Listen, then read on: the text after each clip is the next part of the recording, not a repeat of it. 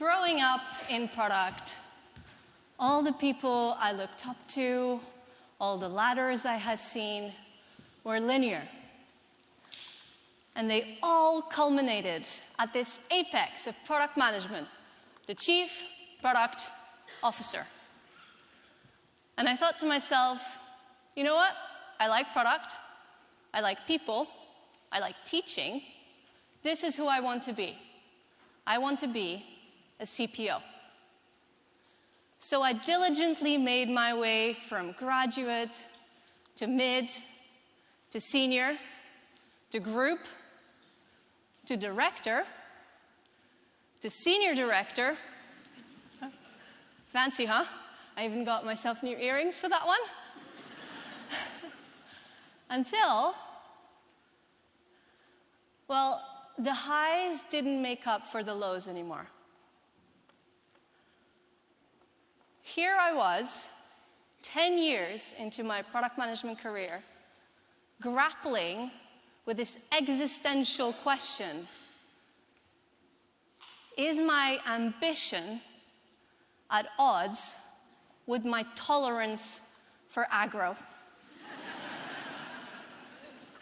And I looked around, I looked at my VP, and I thought, ooh, I don't want her job. She was herding cats and systematically working through really slow, difficult problems. I looked at our incredible powerhouse of a CPO, and God, I don't want her job either. So, what do I want? And is it because I think I can't do it? Is it just fear talking? Or is it just I can't get over this pain, or am I not trying hard enough? I felt stuck and completely miserable.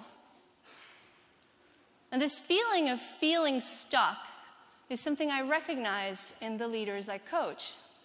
These are leaders that are really missing building product. They're exhausted by managing underperformers, fixing leveling, standing up for company decisions they don't agree with. And then you've got the ICs who are scared of saying no to that promotion to manager because they're afraid of being seen as unambitious or not wanting to put in the work. ICs who would rather quit than to manage someone. This is what Ken Norton calls being stuck climbing someone else's ladder. So today, I'd like to show you a fundamentally different path, so that hopefully you may be guided by curiosity and joy and exploring what feels interesting rather than following a predetermined, single linear path. Now, the solution has been around for a while, particularly over at our friends in engineering, and it's called a dual-track career ladder. Rather than a single path, we carve out a little area separate for our ICs. Now, for this to be successful, we need a couple of principles. First, there is no pay difference for roles at the same level. This is really important. Management does not pay more than the equivalent IC role at the same level. That enables your ICs to actually be motivated by what they're good at and what they're wanting to become better at, rather than trying to pursue that extra paycheck. Now, for this to work, you might be thinking, our friends in finance are going to need to see a pretty good ROI to justify paying an IC a CPO or a VP salary, and we'll get onto that later on how these people drive outstanding impact as ICs. The second principle is that to be a manager of product people, you should probably be pretty good at product first, right? So that means the tracks only separate after a couple of individual contributor roles where you get really good at your craft, and it means that managers are actually really good at being product people and can mentor those product people they manage. And the third principle, you can always change your mind. This is really important, because it enables people to experiment with what actually they want to do. They can do these lateral moves without being afraid of losing out on pay or influence or status. And for the company, it's pretty damn good because you get to retain them for longer. So principles are great, but what does this actually look like in practice? And for this, we have our friend Lenny to thank for. Lenny was sat on his couch, and he thought to himself, career ladders have been secretive and mysterious for a long time, and I don't like it. So he crowdsourced a bunch of career ladders from loads and loads of companies. And we're going to look at some today. So there's still quite a lot of linear career tracks out there. Google, Stripe, Slack. I mean, Stripe, what are you doing? But there are some, and quite a few, and a growing number, that are dual track. Meta, for example, similar vibe to Stripe, but dual track. LinkedIn, they start distinguishing different names for different levels, but for some reason at the top you've got two VPs on two separate tracks and not the same level. I don't know. And finally, Intercom. Now, they use separate names for the two tracks, and they also use a name that in Europe is slightly less common, the staff product manager that sits in between senior and principal. They do the same thing, I believe, at Twitter and a bunch of other places.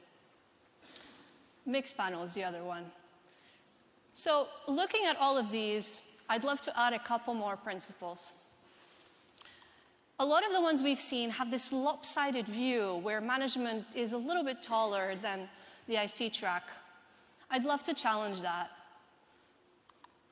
I would love to see equally tall tracks become the norm. This would enable ICs to not feel like they're going to hit a ceiling at some point, and that to truly progress and to get to the top of their careers, they eventually need to get to management. Another principle is unique titles per level. We saw that Meta and Stripe have these generic names that are the same for every level. And I think the idea there is they're looking for a meritocracy kind of the situation within the company where you don't care about what the title is and the best idea wins. Now, in practice, everybody knows each other's level. So instead of just saying product manager, they say, oh, product manager 4 or product manager 10, and they still have that respect for those levels. So really, just give people titles they can celebrate and be proud of as they progress through their career. Now, the last one I would add is unique titles per track.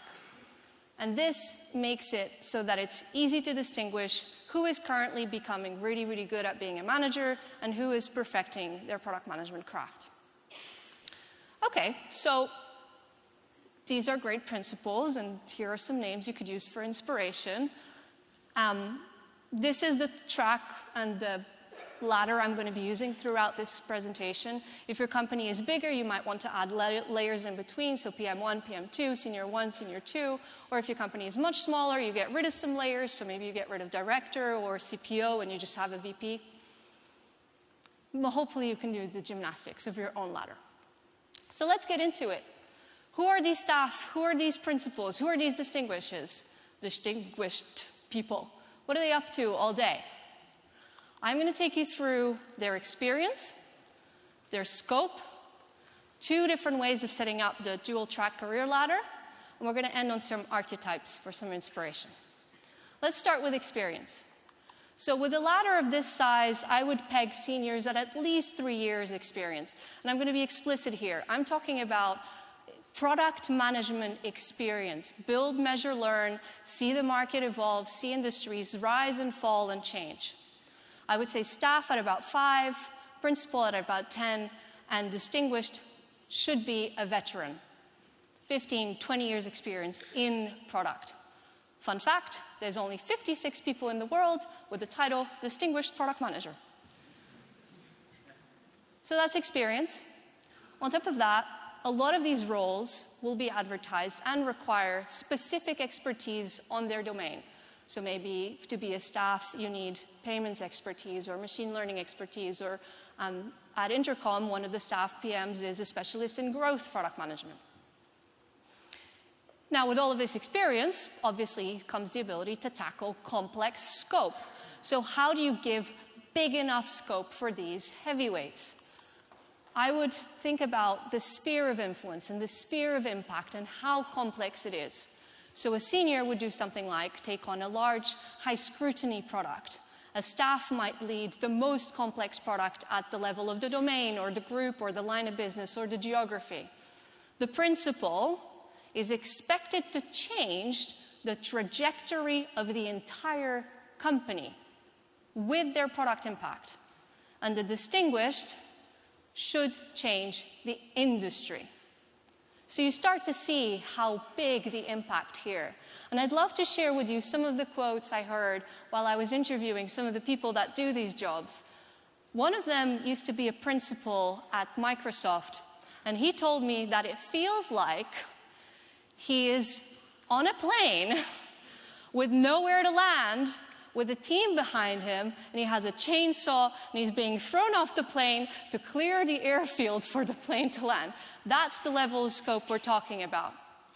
And the same person told me about how at the time, Microsoft used to promote based on impact, and to get a promotion to a principal level 66, you needed to make the evening news. And to get a promotion to level 67, you needed to bump up the Microsoft stock price with your product impact as an IC. Talk about justifying those high levels of pay, right? I think that's pretty good.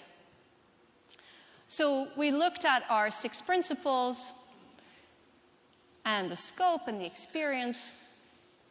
But what did these people do all day, and how did they interact with the rest of the organization? So now I would love to show you the 2 models on how I've seen this set up. There's the player-coach model, and there's the pure IC track. The player-coach model is what Ken Norton argued for in his beautifully titled "It's Time to Fight for a Dual-Track Product Management Career Path" blog post. That was back in 2021.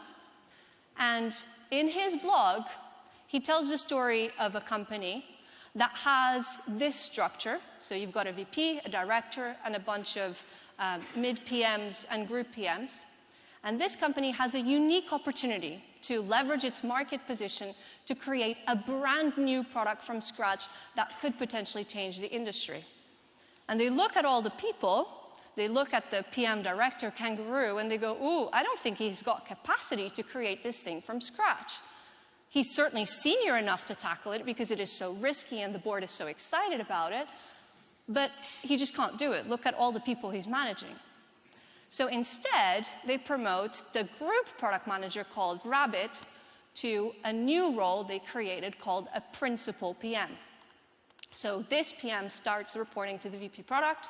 He takes 2 individual contributors with him. He himself is an individual contributor working on a team, and he creates this brand new product from scratch. Now, what you will see here is that this promotion is an effective promotion from a group PM. Group PMs tend to be the first role on the management ladder, where you're still an IC in a cross-functional team, but you also manage 2 to 3 PMs. But instead of going up the ladder and adding more people that report to you and doing less product, here in the player-coach ladder, you continue to manage a very small number of people, but you take on more and more complex products at the group level, at the company level, at the industry level. Now, this is a really good model for 0 to 1 type of products that need that small, energized group of people doing it, and line management helps with that. But what I found in my research is that really this isn't a very common setup for that second track for ICs. The one that is more popular is actually the pure IC track, and it's the one that I've seen at Intercom, at GitLab, at Remote, at Meta, and others. Now, in the pure IC track, yes, you're obviously an IC, you're building products in cross-functional teams, but you don't manage anybody. Which means that instead of owning strategy for a domain end-to-end, you're a contributor to strategy at a certain level. So maybe at a group level, at a company level, and you collaborate with the people leader in that group to make those decisions. So let me show you an example. This is how we set it up at Onfido. I was the director of product there, and I had a staff PM that worked with me within our same group. We had a goal at the company level to increase our gross margins. Who doesn't right now? And we wanted to figure out, okay, if this is the company level goal, what does this mean for our product? So as the director, I went on and worked with the teams to figure out, okay, well, to increase our margins, we need to cut our product costs and we need to maintain our premium pricing. And then at this point, myself and the staff separated jobs, and I took on the first theme of costs, figuring out that we needed to increase automation, migrate customers to cheaper products to maintain. And then the staff PM went on an incredible discovery journey to figure out what would help us keep our prices high. And this was the single most complex bit of strategy that we needed to do for the line of business. And at the bottom, you now have the tops of the opportunity solution trees for each one of the cross-functional teams. So just like in the player coach track, the pure IC track, progression comes from more complex, more important, more risky products to manage. Now, the reason I actually think that the pure IC track is more popular is that you don't need to manage anybody. And the whole point of having a separate track is that you don't want to manage people and you want to have impact through product.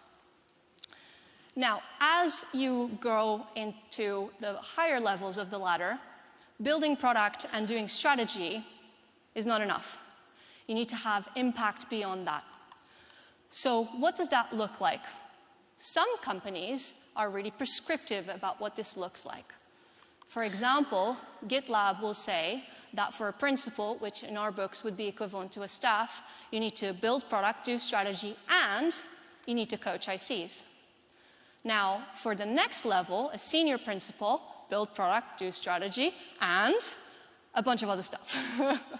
Cross-functional team leadership, elevate how product is done, etc.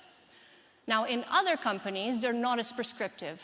And what they might do is have a conversation with you and figure out what are the things that the company needs right now and what are you interested in doing to figure out what should be your impact beyond building and strategy. And through my conversations, I found 4 archetypes of what that might look like. The first one is the hatcher. So this person is really good at building products from scratch and launching them successfully within established organizations. And the way they have an impact beyond strategy and product is that they might coach a team on how to do 0 to 1, or they might be using what they've learned about launching their own product to improve how all the other teams launch products, and working with the go-to-market engine to figure out how that can be done well and at scale at the company level. The next one is the fixer. Now, this person is really good at product CPR. They have found a way to revive dead organizations, dead products, and fix them. What they do is that they go around almost like an internal consultant, pairing with the people leaders to figure out what they need to do to help.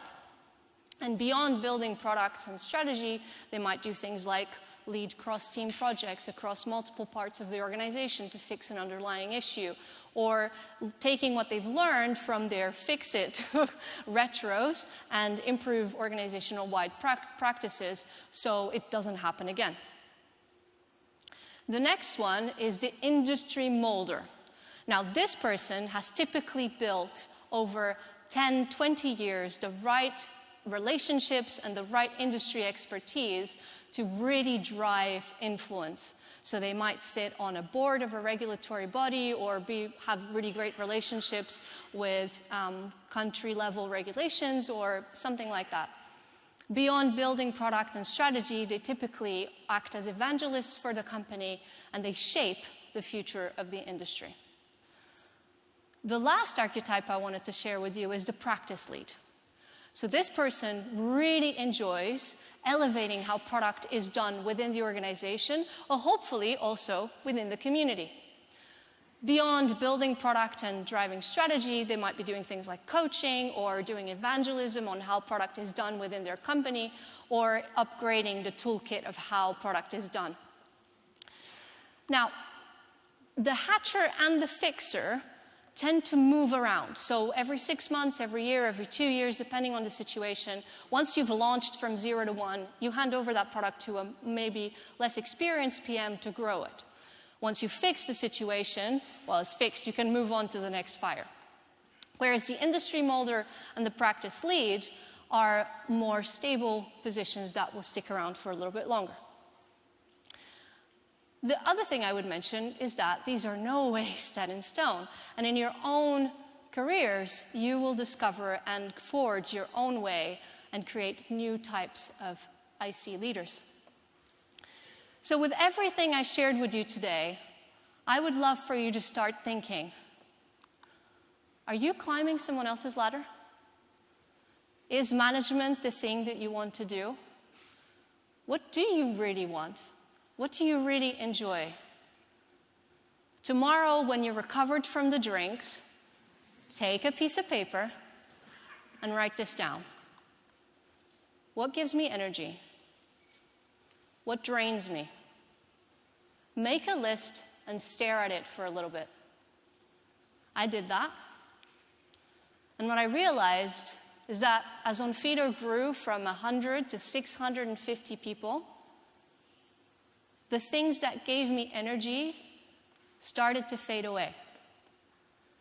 And that's why I felt stuck.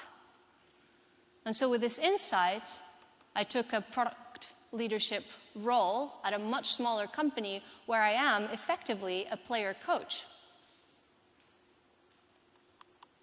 So at the end of the day, the Dualtrack career ladder is all about giving people the room to try stuff out.